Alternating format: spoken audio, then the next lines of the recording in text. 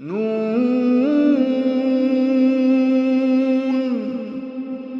वल्क़लमि वमा यस्तून। नाज़रीन अस्सलामु अलैकुम वरहमतुल्लाहि वबरकातुहू। सीधी बात की ताज़ा तरीन खबरों में आपका इस्तकबाल है। आइए सबसे पहले आज की सुर्खियों पर नजर करते हैं। वेदांता की यूनिट के खिलाफ पुरतशद्दुद मुजाहरा, फायरिंग में 2 की मौत। महबूबा मुफ्ती के खिलाफ नाशाइस्ता जबान इस्तेमाल करने वाले बीजेपी लीडर के भाई पर मुकदमा दर्ज। वजीर आजम ने जिस हनुमान की तारीफ की है वो हिंदुत्ववादी इमेज के साथ फिट बैठती है। कर्नाटक असेंबली इंतखाबात में धांधली, येडियुरप्पा की चीफ इलेक्शन कमिश्नर से शिकायत। हवाई जहाज से सफर करने वालों के लिए खुशखबरी, एयरलाइंस पर हुकूमत की लगाम, फ्लाइट कैंसिल तो पूरे पैसे होंगे रिफंड। आर्क बिशप की अपील, साल 2019 इंतखाबात को लेकर करें दुआ, फिर बोले मोदी हुकूमत का इससे कोई नाता नहीं। इस्लामी दहशतगर्दी कोर्स शुरू करने पर दिल्ली अक़लियती कमीशन का JNU को नोटिस। मुजफ्फरनगर फसादात के खून से अखिलेश यादव के हाथ रंगे हुए हैं, योगी आदित्यनाथ का हमला। अफगानिस्तान में बस धमाके में 6 हलाक, 30 जख्मी। समाजवादी पार्टी के रहनुमा ने कहा जिस्म की नुमाइश रेप के लिए जिम्मेदार। रोहिंग्या कैंप के दौरे के बाद प्रियंका चोपड़ा ने कहा इनको सख्त मदद की जरूरत हुई, ट्रोल। मसाजिद पर हमलों की मंसूबा साजी, फ्रांसीसी शहर को 6 साल कैद की सजा सुना दी गई। सऊदी अरब और मुत्तहिदा अरब इमारात ने सरहदी चेक पॉइंट पर लगी आग पर काबू पा लिया। अलजायर मस्जिद में मुअज्जिन और नमाजी के कत्ल की लर्ज़ाखेज वारदात। अमेरिका कौन होता है जो ईरान और दुनिया पर अपने फैसले थोपे, हसन रूहानी का ताजा बयान। नाज़रीन अस्सलामु अलैकुम वरहमतुल्लाहि वबरकातुहू। सीधी बात की ताज़ा तरीन खबरों में आपका इस्तकबाल है। मैं अंसार अजीज नदवी आज की ताज़ा तरीन खबरें लेकर आपकी खिदमत में हाजिर हूँ। आइए खबरों की तफसीलात पर नजर करते हैं। पहली खबर तमिलनाडु से है। तमिलनाडु के तोतीकोरन में वेदांता कंपनी की स्टारलाइट कॉपर यूनिट के खिलाफ गुज़िश्ता कई माह से चल रहा एहतिजाजी मुजाहरा आज अचानक तशद्दुद में तब्दील हो गया है।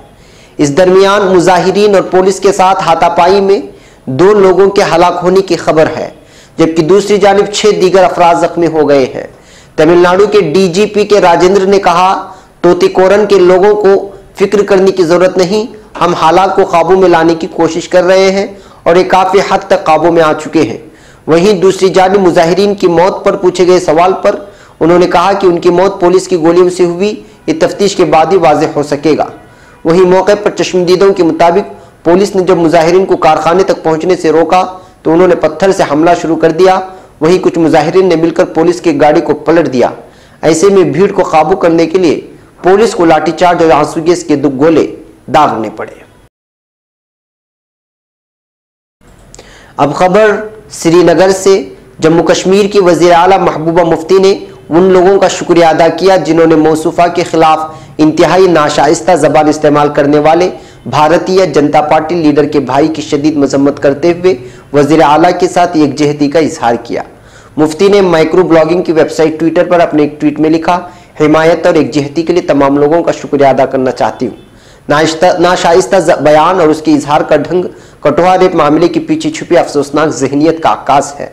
दरियासना रियासती पुलिस ने वज़ीर आला के खिलाफ इंतहाई शर्मनाक जबान इस्तेमाल करने वाले बीजेपी के सीनियर लीडर और साबिक वजीर चौधरी लाल सिंह के भाई चौधरी राजेंद्र सिंह के खिलाफ मुकदमा दर्ज कर लिया है। नेशनल कॉन्फ्रेंस के कारगुजार सदर उमर अब्दुल्ला ने पीर के रोज मुतालबा किया था कि वज़ीर आला के खिलाफ इंतहाई नाशाइस्ता जबान इस्तेमाल करने वाले बीजेपी लीडर के भाई के खिलाफ मुकदमा दर्ज किया जाए। उन्होंने अपने एक ट्वीट में कहा महबूबा मुफ्ती के खिलाफ बिल्कुल नाकाबिल कबूल जबान का इस्तेमाल किया गया है। मैं इसकी मजम्मत करते हुए जम्मू कश्मीर पुलिस से गुजारिश करता हूं कि बदसलूकी करने वाले शख्स के खिलाफ FIR दर्ज की जाए। बता दें कि सोशल मीडिया पर एक 25 सेकेंड तवील वीडियो वायरल हुई है जिसमें बीजेपी के सीनियर लीडर लाल सिंह के भाई को एक रैली के दौरान वज़ीर आला महबूबा मुफ्ती के खिलाफ इंतहाई नाशाइस्ता जबान का इस्तेमाल करते हुए देखा जा सकता है। एक रिपोर्ट के मुताबिक लाल सिंह ने इतवार के रोज कठुआ के लखनपुर से हीरानगर तक एक पैदल रैली निकाली, जिसके दौरान उनके भाई ने वज़ीर आला के लिए इंतहाई नाज़ेबा अल्फाज का इस्तेमाल किया। अब खबर कर्नाटक की इंतखाबी तशहीर से वाबस्ता है। कर्नाटक इंतखाबी तशहीर के दौरान कांग्रेस की भूल और उसकी कामयाबियों का मजाक उड़ाने के चक्कर में वजीर आजम नरेंद्र मोदी से कई गलतियां हुई, लेकिन उन्होंने उसकी कोई परवाह नहीं की है। कुत्तों से हुब्बुल वतनी सीखने तक की सलाह दी, लेकिन इसी दौरान वो एक नौजवान फनकार को मुबारकबाद देना भी नहीं भूले। किरण आचार्य नाम के एक फनकार ने गुस्से वाले हनुमान की तस्वीर बनाई थी, जो 3 सालों से वायरल हो रही है। मोदी ने कर्नाटक इंतखाबी तशहीर के दौरान अचानक एक रैली में इस तस्वीर को एक अजीम आर्ट कहकर उसकी तारीफ की। साथ ही इस तस्वीर को फिरकावाराना रंग देने के लिए कांग्रेस की तनकीद की। उन्होंने कहा, कांग्रेस इसकी कामयाबी को बचा नहीं पा रही है, इसलिए उसे तनाज़ात की दलदल में खींचने की कोशिश में लगी हुई है। कांग्रेसियों में जरा सी भी जमहूरियत नहीं है। इसके कुछ ही दिनों बाद वज़ीर आज़म मोदी ने छत्तीस वाजपेयी नाम के कार्टूनिस्ट को बेहद बासलाहियत फनकार कहा, उसकी तारीफ की। उस कार्टूनिस्ट के कार्टून खासतौर पर खवातीन और मुस्लिम मुखालिफ पैगाम देने वाले होते हैं। किसी आर्ट का पसंद आना हर आदमी की पसंद और नापसंद पर मुनहसर होता है। हो सकता है कि वाजपेयी के कार्टून मोदी को काफ़ी पसंद आए हों, लेकिन अपने सियासी कैरियर में मोदी ने अब तक आर्ट को लेकर कोई खास दिलचस्पी नहीं दिखाई थी। न ही उनके संगीत दोस्तों ने कभी इसमें दिलचस्पी ली है। उनके लिए किसी आर्ट की तनकीद का मतलब होता है फनकार के साथ तशद्दुद करना और उनको डराना और धमकाना। कैसा अलमिया है कि एक ऐसी हनुमान पेंटिंग ने इन संगियों को खासा नाराज कर दिया था। मशहूर पेंटर एम.एफ. हुसैन की इस पेंटिंग में हनुमान को सीता को बचाते हुए दिखाया गया था। उस आलमी शोहरत याफ्ता फनकार को हिंदुवादी तंजीमों की तरफ से धमकी मिली और उनको 90 साल की उम्र में आखिरकार अपनी जाए पैदाइश हिंदुस्तान को छोड़कर दूसरे मुल्क में जाकर वहां की शहरियत लेनी पड़ी थी। इसके बाद साल 2000 में national gallery of modern art में एक नुमाइश को अचानक से बंद करना पड़ा था, क्योंकि एनडीए की हुकूमत को इस नुमाइश में लगी एक पेंटिंग पसंद नहीं आई थी। इस पेंटिंग का उन्वान था an actor rehearsing the interior monologue of Icarus. अब खबर बेंगलुरु से। कर्नाटक के विजयपुरा जिले के एक मकान में वोटर वेरिफिएबल ऑडिट ट्रायल मशीनों के पाए जाने के वाकये के बाद साबिक वजीर आला येडियुरप्पा ने चीफ इलेक्शन कमिश्नर को एक मकतूब तहरीर करते हुए इल्जाम लगाया है कि हाल ही में मुनक्किदा कर्नाटक असेंबली इंतखाबात में बड़े पैमाने पर बेकायदगियां हुई हैं। अपने मकतूब में उन्होंने कहा कि उन्हें इस बात का यकीन है कि इलेक्शन कमीशन इस मामले का संजीदगी के साथ नोटिस लेगा। इस वाकये के सबब असेंबली इंतखाबात में बड़े पैमाने पर धांधलियों की निशानदेही होती है। उन्होंने कहा कि कर्नाटक इंतखाबात से पहले भी बीजेपी ने इसी तरह की तशवीश का इजहार किया था, ताहम अफसरों ने इस पर कोई तवज्जो नहीं दी। उन्होंने कहा कि इंतखाबी धांधलियों के बारे में कमीशन के इल्म में बात पहली मरतबा नहीं लाई गई है, ताहम माक़बल इंतखाबात भी इस तरह की शिकायत की गई थी। अब खबर नई दिल्ली से। मरकजी हुकूमत ने हवाई जहाज से सफर करने वालों के लिए बड़ा ऐलान किया है। सिविल एविएशन वजीर जयंत सिन्हा ने बड़ा ऐलान किया है, अगर कोई फ्लाइट रद्द होती है और उसमें एयरलाइंस कंपनी की गलती है तो कंपनी को मुसाफिरों का पूरा पैसा मुआवजे के तौर पर रिफंड किया जाएगा। इसके अलावा पेपरलेस सफर के लिए डीजी यात्रा की शुरुआत के साथ ही कैंसिलेशन चार्जेस पर बड़ी राहत मिलने जा रही है। टिकट कैंसिलेशन पर राहत कैसे होगी? एविएशन मिनिस्टर जयंत सिन्हा ने कहा कि अगर फ्लाइट बुकिंग के 24 घंटे के अंदर मुसाफिर टिकट कैंसिल कर देते हैं तो उन्हें उसके लिए कोई कैंसिलेशन चार्ज नहीं होगा। इसके अलावा इस वक्त के हद के अंदर टिकट में दीगर तरह की तब्दीली भी मुफ्त करा सकते हैं बगैर चार्ज के कैंसिलेशन, यानी इसके अलावा सफर वक्त से 96 घंटे पहले तक टिकट कैंसिल करने पर भी कोई चार्ज नहीं देना होगा। वजीर ने यह भी साफ किया है कि किसी भी औकात में कैंसिलेशन चार्ज बेसिक फेयर और फ्यूल चार्जेस के जोड़ से ज्यादा नहीं हो सकता। फ्लाइट के ताखिर होने पर भी मुआवजा होगा। सिविल एविएशन रियासती वजीर ने कहा कि अगर एयरलाइंस की गलती की वजह से फ्लाइट में देरी होती है तो उन्हें मुसाफिरों को उसको हर्जाना देना होगा। अगर फ्लाइट अगले दिन तक के लिए लेट होती है तो बगैर कोई इजाफी चार्ज लिए मुसाफिरों के होटल में रुकने का इंतजाम करना होगा। कनेक्टिंग फ्लाइट मिस होने पर भी कंपनियों को हर्जाना देना होगा। फ्लाइट में ज्यादा ताखिर होने की हालत में टिकट कैंसिल करा सकते हैं अगर उन्हें पूरा पैसा रिफंड दिया जाएगा। माजूर मुसाफिरों के लिए पहल हुकूमत ने कहा है कि खुसूसी ज़रूरियात वाले माजूर मुसाफिरों के लिए ख़ास इंतजाम किए जाएंगे। उसके साथ ही हुकूमत घरेलू हवाई मुसाफिरों को पेपरलेस सफ़र की सहूलियत देने जा रही है। इसके लिए मुसाफिरों को एक यूनिक नंबर हासिल करना होगा। सफ़र के वक्त एयरपोर्ट पर उन्हें सिर्फ ये नंबर बताना होगा। ऐसा करके अपने वक्त भी बचा सकते हैं। डीजी यात्रा के तहत शनाख्ती कार्ड के लिए आधार लाजमी नहीं है। अब खबर दिल्ली से। दिल्ली के आर्क बिशप अनिल कोटो ने राजधानी के तमाम चर्च को लिखे उस खत का बचाव किया है जिसमें उन्होंने 2019 के आम इंतखाबात को देखते हुए पादरियों से दुआ और जुम्मा को उपवास रखने की अपील की थी। उन्होंने कहा, इस खत का नरेंद्र मोदी हुकूमत से कोई ताल्लुक नहीं है। दरअसल आर्क बिशप कोटू ने दिल्ली के सभी पादरियों को 8 मई को एक खत लिखा था जिसमें उन्होंने लिखा है कि मौजूदा सियासी बदअमनी का माहौल आईन में दर्ज हमारे जमहूरी उसूलों और सेकुलर ताने बाने के लिए खतरा बन गया है। इसे देखते हुए सभी पादरी 13 मई से खास दुआ करेंगे। आर्क बिशप ने अपने खत में लिखा, अपने मुल्क और उसके लीडरान के लिए हर वक्त दुआ करना हमारी मुकद्दस रिवायत है, लेकिन जब हम इंतखाबात की जानिब बढ़ते हैं तो ये दुआ बढ़ जाती है। 2019 अब नज़दीक है। जब हमें हुकूमत मिलने वाली है तो हम अपने मुल्क के लिए 13 मई को दुआ शुरू करें। अब खबर नई दिल्ली से। अखबारी इत्तलाआत पर अज खुद नोटिस लेते हुए दिल्ली अक़लियती कमीशन के चेयरमैन डॉक्टर ज़फ़रुल इस्लाम खान ने JNU के रजिस्ट्रार को नोटिस जारी किया है कि किस बुनियाद पर यूनिवर्सिटी में इस्लामी दहशतगर्दी का कोर्स शुरू किया जा रहा है। अखबारी इत्तलाआत के मुताबिक JNU की एकेडमिक काउंसिल के बहुत से मेंबरान की मुखालिफत के बावजूद ये फैसला लिया गया। कमीशन ने अपने बाज़ाब्ता नोटिस में JNU एडमिनिस्ट्रेशन से सवाल किया है, क्या इस्लामी दहशतगर्दी के बारे में कोर्स शुरू करने से पहले कोई तस्वुराती वरक़ा तैयार किया गया है? अगर क्या किया गया है तो उसकी कॉपी मुहैया की जाए। क्या इस्लामी दहशतगर्दी का मौजू किसी दूसरी हिंदुस्तानी या गैर मुल्की यूनिवर्सिटी में पढ़ाया जा रहा है? अगर हाँ तो तफसीलात दीजिए। इस कोर्स के तहत किस इलाके पर फोकस किया जाएगा? इस कोर्स के मसादिर क्या हों? कौन सी मेथोलॉजी अपनाई जाएगी? कौन से रेफरेंस किताबें इस्तेमाल की जाएंगी? और वो कौन मुमताज़ एक्सपर्ट हैं जो इस मौजू पर रिसर्च करेंगे और उसे पढ़ाएंगे? क्या JNU की मौजूदा एडमिनिस्ट्रेशन ने कोर्स शुरू करने से पहले कैंपस में तलबा पर और बाहर की सोसाइटी पर इससे मुरत्तब होने वाले असरात के बारे में गौर किया है? एकेडमिक काउंसिल के मेंबरान की पूरी लिस्ट फराहम कीजिए और निशानजद कीजिए कि कौन कौन मेंबरान इस मीटिंग में शरीक थे जिसमें यह फैसला लिया गया। अखबारी रिपोर्ट में कहा गया है कि बहुत से मेंबरान ने इस तजवीज़ की मुखालिफत की। क्या इस तजवीज़ पर वोटिंग हुई थी, और अगर हुई थी तो इसका नतीजा क्या था? जिस मीटिंग में इस मसले के बारे में गुफ्तगू हुई और फैसला लिया गया उसकी रुदात की कापी भेजिए। कमीशन ने रजिस्ट्रार JNU को उन सवाल के जवाब 5 जून तक भेजने का हुक्म सादर किया है। अब खबर यूपी के किराना से। किराना लोकसभा इलेक्शन में एक बार फिर फिरकावाराना माहौल तैयार किया जा रहा है। ज़िमनी इलेक्शन से कबल वज़ीर आला योगी आदित्यनाथ ने आज किराना फसादात का जिक्र करते हुए फसादात के लिए अखिलेश यादव को मोरिद इल्ज़ाम ठहराया। बीजेपी उम्मीदवार मरगानका सिंह के लिए तशहीर करने सहारनपुर पहुंचे वज़ीर आला योगी आदित्यनाथ ने मंगल को समाजवादी पार्टी पर जमकर निशाना साधा। वज़ीर आला ने समाजवादी पार्टी के कौमी सदर अखिलेश यादव पर हमला बोलते हुए कहा कि वो किराना में इंतखाबी तशहीर करने का दम नहीं रखते हैं क्योंकि उनके ऊपर मुजफ्फरनगर फसादात का दाग है। इनके हाथ फसादात के खून से रंगे हुए हैं। नुक्कड़ असम्बली हल्के के अम्बट्टा में एक अवामी रैली को खिताब करते हुए वज़ीर आला ने मुजफ्फरनगर फसादात और किराना से हिंदुओं की नकल मकानी का मामला जोरों शोर से उठाया। उन्होंने कहा कि आंजहानी बाबू हकम सिंह की पहल से ही किराना मुंतकिली का मामला सामने आया था, जिसके बाद बीजेपी की हुकूमत में कानूनी निज़ाम को बेहतर किया गया। वज़ीर आला योगी ने कहा कि अखिलेश यादव अपना उम्मीदवार उतार सकते हैं, लेकिन हल्के में इंतखाबी तशहीर करने की उनमें हिम्मत नहीं है।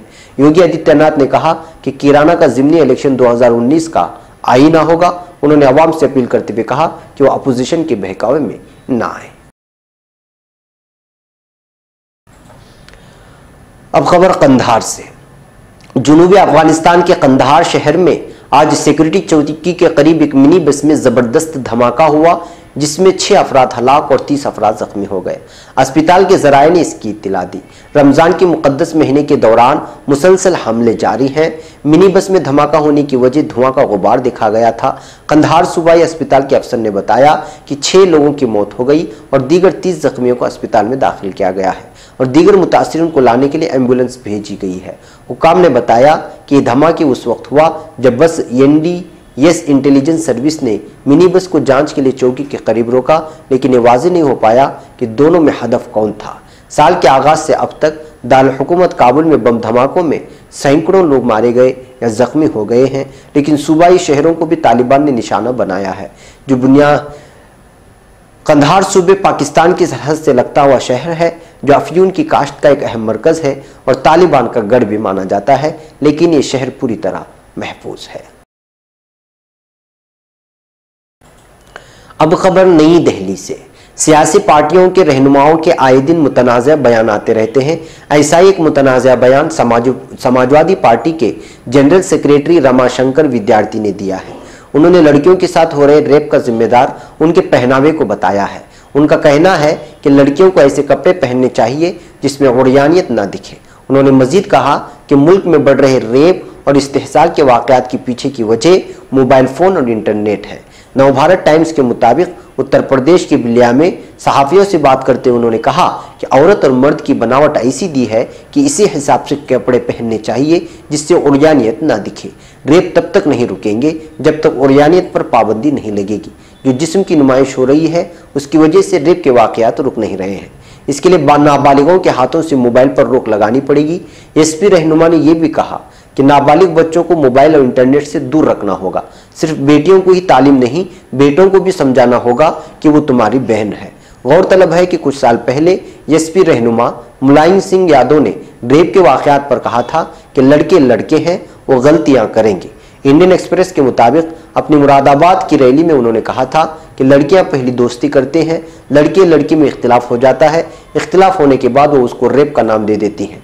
लड़कों से गलती हो जाती है, क्या रेप केस में फांसी दी जाएगी। अब खबर नई दिल्ली से। हॉलीवुड एक्टर्स और यूनिसेफ की ग्लोबल एम्बेसडर प्रियंका चोपड़ा ने हाल ही में बांग्लादेश में रह रहे रोहिंग्या पनाहगुज़ीनों के कैंप का दौरा किया है, जिसकी एक तस्वीर उन्होंने अपने ट्विटर और इंस्टाग्राम पर शेयर की है। इस पोस्ट में प्रियंका ने लिखा, मैं रोहिंग्या पनाहगुज़ीनों के कैंप के दौरे पर हूँ। मेरे तजुर्बात को शेयर करने के लिए इंस्टाग्राम पर फॉलो करें। दुनिया को उनकी देखभाल करने की ज़रूरत है, हमें उनकी केयर करने की ज़रूरत है। जी न्यूज़ के मुताबिक यूनिसेफ की सफीर ने बांग्लादेश के कॉक्स बाजार में पनाहगुज़ीनों से मुलाकात की और इस हादसे को डरावना बताते हुए मुताअस्सिरा बच्चों की मदद करने की अपील की। उन्होंने कहा कि बच्चों को एक अच्छा मुस्तकबिल देने की ज़रूरत है और उसके लिए दुनिया को एक साथ आना होगा। प्रियंका ने इंस्टाग्राम पर रोहिंग्या पनाहगुज़ीनों के बच्चों के साथ कई तस्वीरें शेयर करते हुए लिखा है, साल 2017 की दूसरी छमाही में दुनिया में बर्मा में नस्ली तशद्दुद देखा।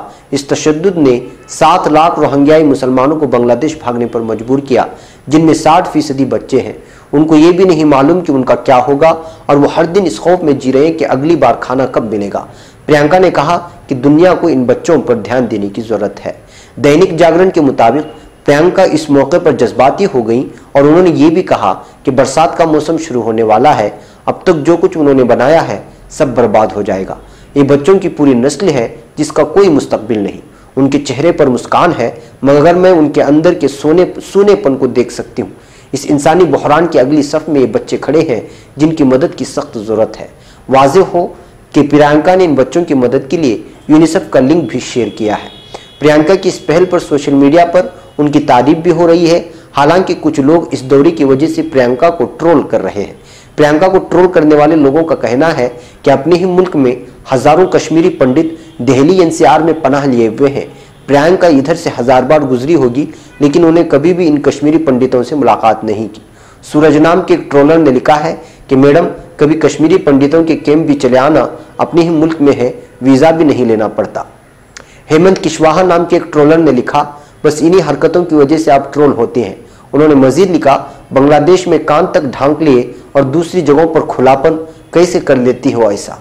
गौरतलब है कि प्रियंका को 2010 में यूनिसेफ का ब्रांड एम्बेसडर बनाया गया था, जिसके तहत वो दुनिया भर के मजलूम बच्चों की आवाज़ बनी और उनके हुकूक के लिए यूनिसेफ के साथ मिलकर काम करती है।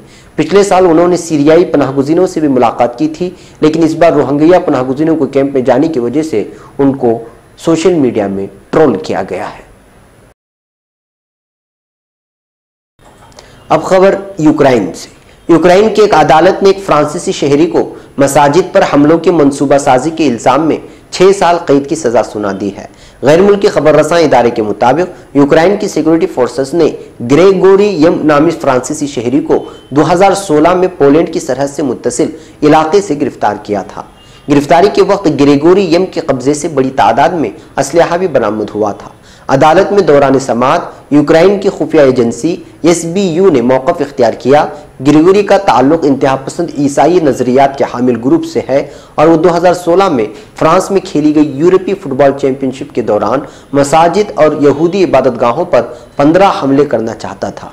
अदालत ने दलाइल सुनने के बाद मुल्जिम को 6 साल कैद की सजा सुना दी है।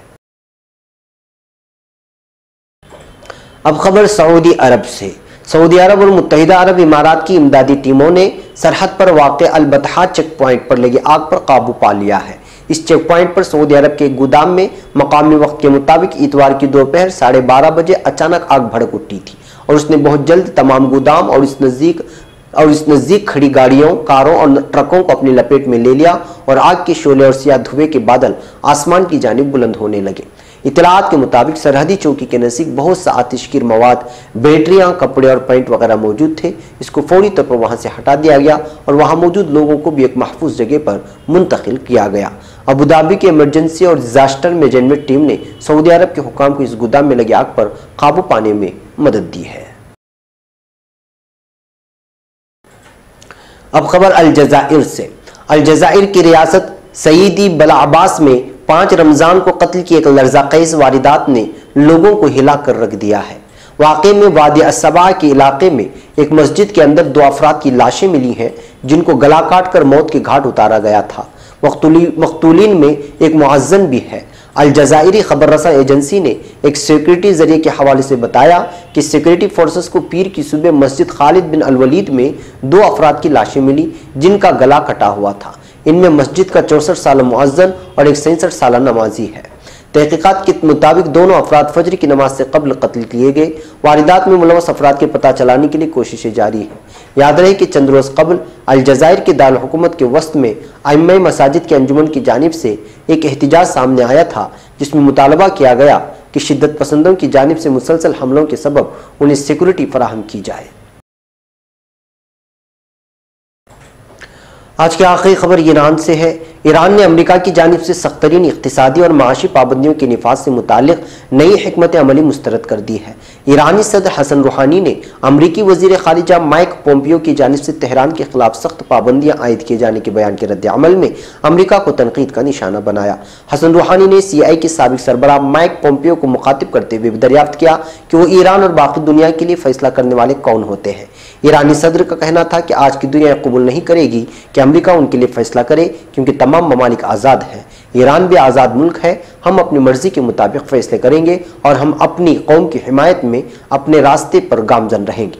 याद रहे कि दोनों ममालिक के दरमियान कशीदगी में उस वक्त से इजाफा हुआ जब 20 माह अमरीकी सदर ट्रंप ने सन 2015 में तय पाने वाले ईरान के जौहरी मुआहदे से अलहदगी का ऐलान किया। इससे कबल पोम्पियो ने कहा था कि अमेरिका अब ईरान पर तारीख की सख्तरीन पाबंदी आयद करने वाला है ताकि वो अपना जौहरी और मिसाइल प्रोग्राम तर्क कर दे।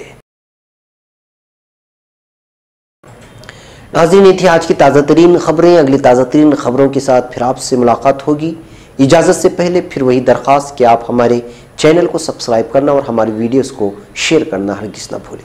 हमें यहाँ पर इजाज़त दें। अस्सलामु अलैकुम वरहमतुल्लाहि वबरकातुहू।